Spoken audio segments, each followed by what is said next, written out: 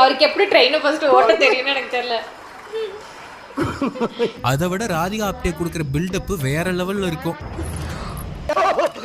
யானைக்கு திமிர் அதிகம், சிங்கத்துக்கு பசி அதிகம். சிங்கம் வந்துருச்சு பாரு.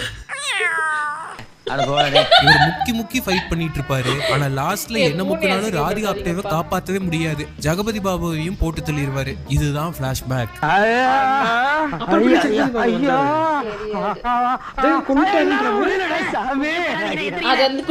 செத்ததுக்கு அப்புறம் தான் ஜெகபதி பாபு உயிரோட வந்து இந்த காமெடி எல்லாம் பண்ணிட்டு இருக்காரு. கதை இப்படி போகுதா? இப்போ கிளைமேக்ஸ்க்கு ரெடியா?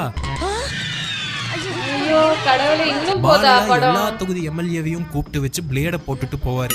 என்ன உங்க லைஃப் டைம் எக்ஸ்பைரி ஆன மாதிரி தான். பீ கேர்ஃபுல், பீ கேர்ஃபுல்.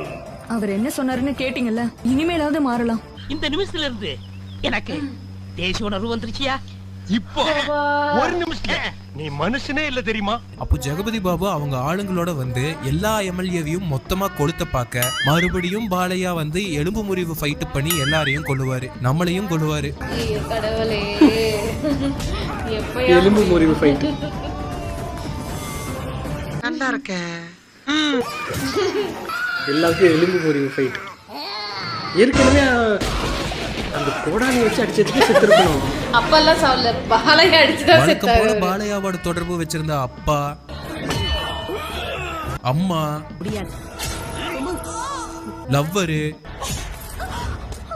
இன்னொரு பாலையா, ஊர் மக்கள் சிலர்னு எல்லாரும் செத்து மடிகிற மாதிரி அழகா முடிச்சுட்டாங்க இந்த காவிய தலைவனை. அம்மாவோட பணிவையும் மாஸ்டரோட கனிவையும் பார்க்கும்போது ஒண்ணு மட்டும் எனக்கு நல்லா தெரியுது. கலைத்துறையில மிகப்பெரிய புரட்சியும் நடக்க போகுது. அவ்வளவுதான் சொல்லிட்டேன்.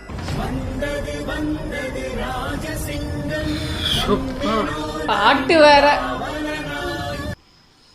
இல்ல எப்படி இல்ல, எனக்கு நிஜமா ஒரு ரிவ்யூ ட்ரோல் பண்றாரு. அந்த ட்ரோலுக்காக தான் பார்க்க முடியுது. அதுவே எப்படா முடிப்பீங்கன்ற மாதிரி ஆயிடுச்சு படம். எப்படி இதெல்லாம் தியேட்டர்ல உட்காந்து பாக்குறாங்கன்னு தெரியல. இப்போ இது வந்து பழைய படம் மாதிரி இருக்குது எனக்கு தெரிஞ்சு. இப்போ அவர் பண்ணுற படமும் இதே மாதிரி கான்செப்ட் தான் வருது. அதுலேயும் 2 பாலையா வருதா, ஒரு பாலையா செத்து போன பிறகு இன்னொரு பாலையா வந்து ஹெல்ப் பண்ணுறாரு. திருப்பி அதையே தான் எடுத்துக்கிட்டே இருக்காங்க, அதே மாதிரி ஃபைட் சீனு. சிரிச்சு ஒரு பக்கம் வயிறு நல்லா காமெடி கட் பண்ணியிருந்தாங்க, சூப்பராக இருந்துச்சு. சீரியஸ் எனக்கு சிரிச்சு வயிறு வலியே வந்துருச்சு ஒரு கட்டத்துல. நான் அமைதியாயிட்டேன். சரின்னு அதாவது அந்த வார்த்தை விளையாட்டுக்கு அந்த இதை எடுத்து போட்டது எல்லாமே நைஸ். எப்படி அதெல்லாம் கனெக்ட் பண்ணி எடுத்துட்டு வந்து அழகா முயற்சி பண்றது.